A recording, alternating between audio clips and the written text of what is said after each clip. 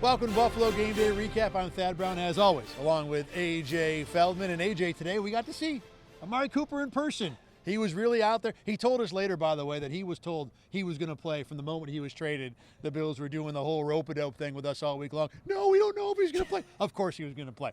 And there's a reason why they wanted him in this game, because I watched him. He's good. Yes, and I'm going to explain why. There were multiple routes I watched him just on his own. He had one in the first half.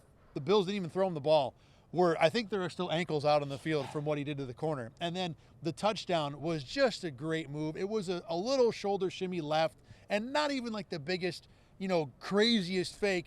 It was one quick move left, go right, and he's wide open. And I mean wide open for an easy touchdown. This is why the Bills brought this guy in. He's a professional receiver. This is his entire career. A good professional receiver. Exactly, yeah. Yes. He doesn't burst off for massive seasons and games. He just solidly make plays, 1,000-yard receiving seasons in his career. And he just gets open. And that's the type of player that the Bills have been missing, somebody who can do Stephon Diggs type things and just beat a man one-on-one, get open, and open things up for everybody else. He had the pretty tough catch on the slant in the second half where the ball was a little behind him. That might have been exactly where the ball was supposed to be. Either way, a difficult catch. And the thing I noticed too was, and I'm not sure about this, I want to go back to the film, and obviously I will to check it. It felt like the defense for the Titans was already shading to Cooper. That, the Ty Johnson catch, you've got a linebacker that's trying to double Cooper that just opens the middle of the field up. Now that might be because a corner or a safety or a nickel wasn't in the right spot, but it felt like there was more space because teams were looking to Cooper, which is what's going to happen. This is not brain surgery in terms of what's going to happen. Teams are going to have to defend Cooper because he's by far, the best receiver on the field for the Bills, and you're already seeing it here in game one. Now, go ahead. And I want to point something out to that. I wonder if the fact that he only played 20-some-odd plays even enhanced that kind of, because when he, runs on the field, you're paying even extra more attention to him. So maybe he drew even more coverage, opened up players for more, just kind of maybe the surprise factor of Cooper being on the field. The one thing I'll say about that is I noticed a lot of third and longs he was not in this game. And I believe teams, when they prep, the third down package is kind of separate than the first and second down package. And the third down package is when teams get wild, because that's obviously the money down. Mm-hmm. And that's both sides of the ball. So you would think logically, I don't know this, I'm just extrapolating, it's easier to teach the guy first and second down on short notice than third down. Mm-hmm. And I think that's what we're talking about. It's not about, a hiding. I think it's just simply there's only so much you can teach a guy in a week. Yeah. And this is what they can get done. Now, the results of this are gaudy. Josh Allen, his first 300-yard game of the year. Keon Coleman was up over 100 yards. And I want to point out here that those numbers are going to be glossed. Just a little bit extra out of this.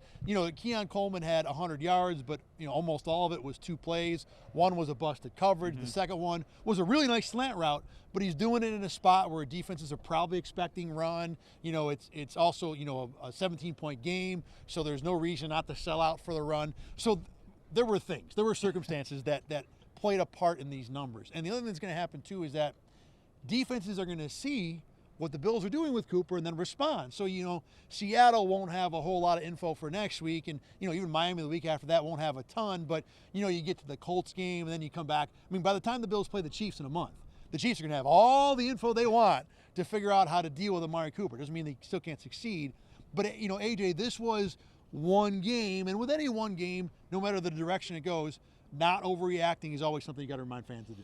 Yeah, and I also want to point out Khalil Shakir in that third quarter, fourth quarter. He was making some nice plays there with that bum ankle. He's still not 100% yet. Definitely looked a lot better than he did last week, but a great game from him. But like you kind of alluded to, it wasn't always as perfect as the stats looked out. That first half was rough. Yeah, let's talk about that. It's funny, I talked to Rasul Douglas after the game about the second half and how good the second half was. And even bringing up the second half, he started out by just kind of shaking his head and saying, we got to start out that way. And 3 of the last 4 weeks, not against the Jets, but Houston and Baltimore, both those games featured not good starts. And as good as the coaches have been after halftime and adjusting, they got whooped in the first half of this game. I mean, Brian Callahan's offensive game plan was excellent. Looked a lot, I thought, like what the Ravens did to the Bills, keeping the defender's eyes moving side to side. I'm going to fake right, throw left, just keeping the Bills thinking. And the Titans did a good job moving the ball. And then after you get everybody looking wide, you hit them up the gut with Tony Pollard. The Bills do need to do a better job starting out these games, because there was a large chunk of this game where I'm thinking, this is a classic, thank goodness it's the Titans, because a better team you might not be able to come back against. Yeah, the Titans are not a very good football team, and the Bills looked awful in the first quarter. I mean, 3 and out on the first 3 drives. They couldn't get anything going on offense. Like you mentioned, the defense, 10 points in those first 3 drives. If they were playing a better opponent, I think this game turns out a lot more like the Texans game. They did bounce back, unlike the Ravens game where it was kind of just dead in the water. The Texans game, they fought back, but you're playing against the Houston Texans. You end up losing at the buzzer. Against the Titans, you can have a little more wiggle room. So certainly a concerning trend. They have not been starting off games well lately in the past month. 3 of those games are really rough starts. That's going to, like we said, cost you later in the season when they play the Chiefs, the Lions, the 49ers. Today, it worked out. And, they're back at home for the first time in a long time. They're bringing in a new player into their offense. So certainly it wasn't status quo for the Bills. There are some reasons for, the errors to start off the game. They probably thought they were playing Will Levis on Friday. That's a fair point. Mason Rudolph comes in Saturday. Mason Rudolph is Mason Rudolph, so it's not like they were getting, Tom Brady coming off the bench. But it's still a different guy, though. Exactly, with different strengths. Exactly. A more professional quarterback. Maybe they were allowed to do some of the, the window dressing, more the motion from a professional quarterback who can run that offense. So there were reasons for, the decline at the start of the game, but it's still the Titans. You'd like to see them come out better. At least they finished strong. Yes. The 34-0 to close this game. Second half was 27-0. The Bills look like we thought they would look in the second half of this game, and that was good enough for today. You're not going to play 60 minutes perfect, but, again, when players are bringing up to me, we can't do this in the first quarter, first half, then it's clearly a point of emphasis for them as well. Second half, the defense starts out with the 4th down stop, which was impressive, and I'll tell you what, it's funny how bad this Bills run defense is in general and how ridiculously good they are when it gets the 4th and 1 or inside the 5-yard line. Dwayne Carter, who's made plays left and right, stepped up. He had a big stop on 4th down. But Greg Rousseau, to me, was the story of the second half from the defensive point of view. And he's been the story now for a few weeks, not necessarily with sacks, but certainly with pressure. Yeah, you talk about today, only half a sack, but 6 QB hits, the most of any player in the NFL this season. Certainly a stat that stands out for his own. And yeah, he was controlling the line of scrimmage later in this game. Some other guys got involved. Dwayne Smoot, Daquan Jones started to get some pressures. Probably maybe the first time we've seen Jones have consistent quarterback pressure, a good sign to see. But yeah, the defensive line really started to take over. DeMar Hamlin had the interception. Rasul Douglas definitely could have had one on his own. By the way, he was so shaking his head. And you knew he would be too. He was so mad about not making the catch. He thought he should have had the first one that was called pass interference. But the second one, it was almost like he lost a pet or something. It's just, he was inconsolable about not making the catch in that second interception. I mean, he's a guy who prides himself on interceptions. I don't blame him. Yeah. I don't blame him. So the plays are there, just like Rousseau. He's getting the opportunities. Eventually, they'll cash in. I think this defense too, stepped up and asserted themselves, and they're healthy finally. You got all the pieces except for Von Miller that you're supposed to, or at least expecting to have for the season, and they played like they expect themselves to. They didn't create the turnovers as much, but no first downs for the Titans until that drive that ended in an interception. They started out with 4 3-and-outs. They were the better player. And I think one of the points of this game that we heard from A.J. Epinesa and Greg Rousseau, and I think it rings true, we talked about the Titans having the better game plan. Once the game plan went out the window and it became who has the better players, the Bills clearly had the better players. Mm-hmm. And, I think give credit to Bobby Babbage for letting that stand up. Sean McDermott talked about good coaching is just letting your good players kind of be good. My words, not his. The Bills have been able to do this week after week after week. Obviously, getting them ready for the first half would be nice, but when they need to assert themselves, they have so far. Yeah, and another thing to point out from this game, the injuries, and there were a couple of them. The most notable, of course, Terrell Bernard with an ankle injury. He's a guy that's missed some time lately. He had to leave this game. He tried to test out. He played a little bit. He was doing a lot of work on the sidelines, more work on the sidelines to test his ankle than I've ever seen from any player before. I haven't, been to seen them all. a breadth of games, but I've been to a handful of games, and certainly the most I've ever seen a player test out an ankle. So a good sign that he was able to get back into the game and that he was, so close to going, quote unquote, but certainly a sign to watch because he, you just notice him out on the field today, just making plays, those big flashy, statement plays that he's done lately. a big loss if he were to miss some more time. And he made the third down stop, he and Dorian Williams going over the top to meet Tony Pollard to take away that play to set up the fourth down. I did talk to Bernard, or attempt to talk to Bernard. He was very polite, didn't want to talk to the media because he had to go get treatment, and that is a negative sign. It's not the worst sign in the world because it's not unusual for a player after a game, but it does indicate that the ankle injury is a thing, which underlines what you said about how he looked on the sideline. And it's not unusual that people just don't want to talk to you. That's a little unusual. I mean, I know it's me and I know it's the media, but most of the time these guys want to hang out.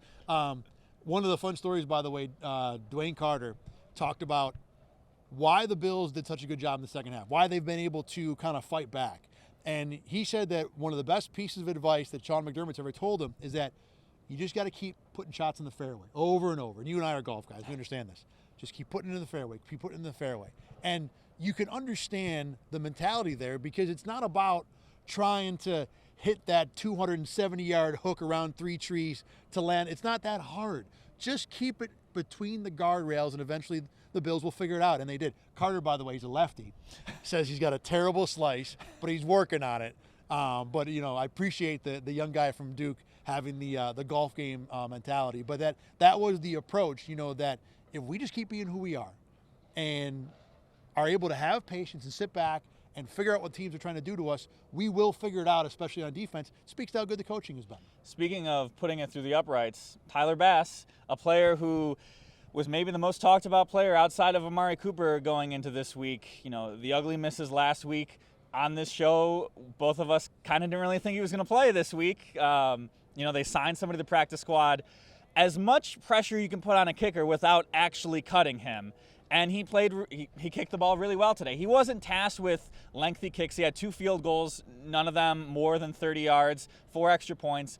But that second half did get pretty windy, so certainly chances to screw up, and he delivered 6 out of 6. You're right. They were easier kicks, but he didn't miss any of them. Nothing inside 35, and that's a step in the right direction. I did talk to him afterward, and I can only imagine what it's like to walk into a day like this and know that, my job is on the line. I mean, a lot of us look at these guys, they're on our fantasy teams, they're the guys we yell at. Fans yell at all the time. I don't yell at them, I treat them like human beings. They're real people. But fans yell at them, and this young man, this guy, walked in with his career on the line today, and he executed. And I talked to him afterward. He said it was about sticking to the process this week, just going back to, focusing on the fundamentals. And I know it's cliches, but a lot of time it's what you have to do. You can't make it too big. Just focus on the small things, and Bass succeeded today. That being said, this is not the get out of jail card for Tyler Bass. He still needs to, A, continue to do it, and B, when the kicks that have caused him problems, the 45 yards and plus stuff, perk up over the next few weeks, those need to be made. Today was a step in the right direction, but, we might be having the same conversation next week if he misses 2 in Seattle. Yeah, but to your point, he had 6 kicks where if he misses one of them, they were so short, it is probably over. So every time he steps onto that field, he's, thinking about travel plans and whatnot and what he's doing after this, but he delivers and he makes all of his kicks. Next up is the Seattle Seahawks, a team that I am absolutely mystified by.